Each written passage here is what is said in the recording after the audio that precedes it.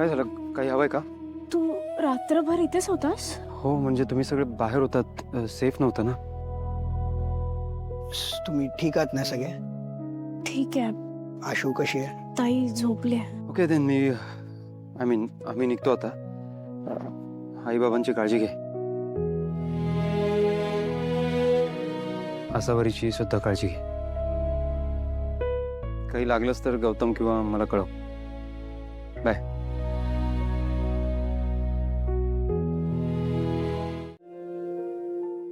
शरू, एकदा आकाशला फोन करून विचार ना मूवीची तब्येत कशी आहे. डॉक्टरांनी फक्त 12 तास सांगितले होते ना अंडर ऑब्झर्वेशन. विचारते.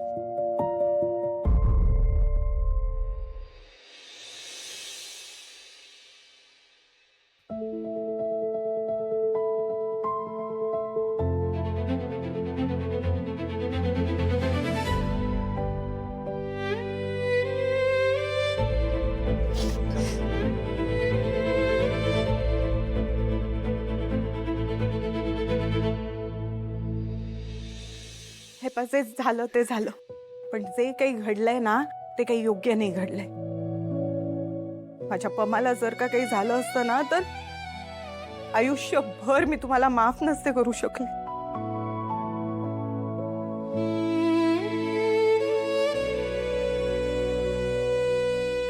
पण स्वामींची कृपा आता आता सगळं ठीक आहे. त्यामुळे तर जाऊ दे. हा, यावरून पण तुम्ही सगळ्यांनी एक गोष्ट शिकायची. त्यापुढे आपल्या मम्मी पप्पांबरोबर अजिबात खोटं बोलायचं नाही, त्यांना फसवायचं नाही.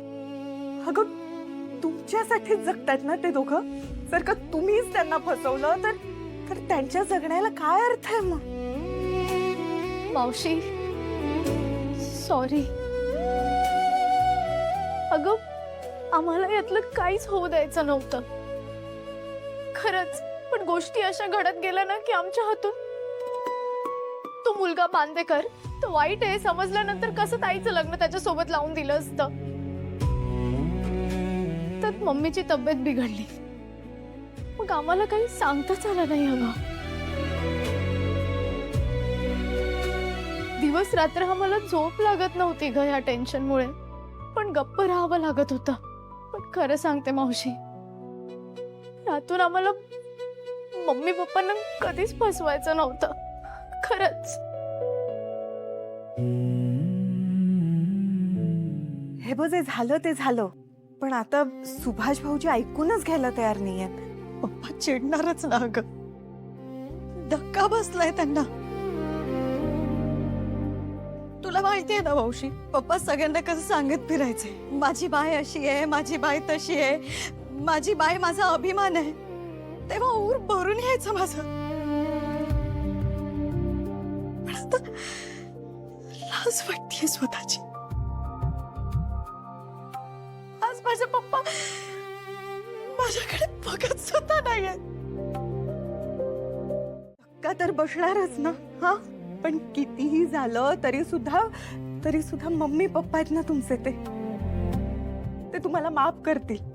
हा, हे बघ, वेळेसारखं ना दुसरं औषध नाही. थोडासा वेळ जाऊ दे. हा, मला बरं होऊ दे. तुम्ही जास्त विचार नका करू. चला आता तुम्ही घरात चला. नाही नाही नको. पप्पा नाही बोललेत. पप्पा बोलले घरात नाही जायचं म्हणून. मग माझ्या घरी चला ना. नको मावशी खरंच. अगं असे किती वेळ तुम्ही बाहेर बसणार आहात? हे पा, झाली तेवढी शिक्षा पुरे झाली. आजूबाजूच्यांना उगाच बोलायला विषय नको. चला चला, आवरा पटपट आवरा. नको मावशी, पप्पाने घरात पाऊल सुद्धा ठेवायचं नाही म्हणून सांगितलंय. ठीक आहे, पोटभर खा. मी चहा करून येते. चा. मयू खाऊन घे. शरू बाळा आधी तू खाऊन घे. Mamma coffee. गोल्ड डिगर्स, तुम्ही इथे काय करतायत? गॉड, किती शेमलेस आहात ना तुम्ही. तिथे तुमची मम्मा डेथ बेड वरती पडली आहे, ती जगणार आहे की नाही हे पण माहित नाही, आणि तिथे तुम्ही खात बसलाय. आणि तू आशुताई, हे सगळं ना तुझ्यामुळे झालंय. ए काही पण बोलू नकोस हा. आम्हाला मावशी इथे घेऊन आले म्हणून आम्ही आलोय. उगाच तोंड दिलंय म्हणून काही बोलत जाऊ नकोस. आणि आशुताईला बोलायची काहीच गरज नाहीये. ए शरू, तू तर बोलूच नकोस हा. तुम्ही आणि तुमची फॅमिली ना तुमच्यामुळे या सिच्युएशन मध्ये, ऍक्च्युली तुझ्या आगाऊपणामुळे. ए गप ग, तुला काही माहित नाहीये. या तुमच्यापेक्षा जास्त ना मला माहिती आहे. तू आगाव आहेस आणि ती आशुताई सेल्फिश. आणि काय ग, तुला चांगलंच माहित होतं ना माझ्या आणि गौतमच्या लग्नाची बोलणी सुरू आहे ती, तरी तू गौतमला तुझ्या जाळ्यात अडकवलंस.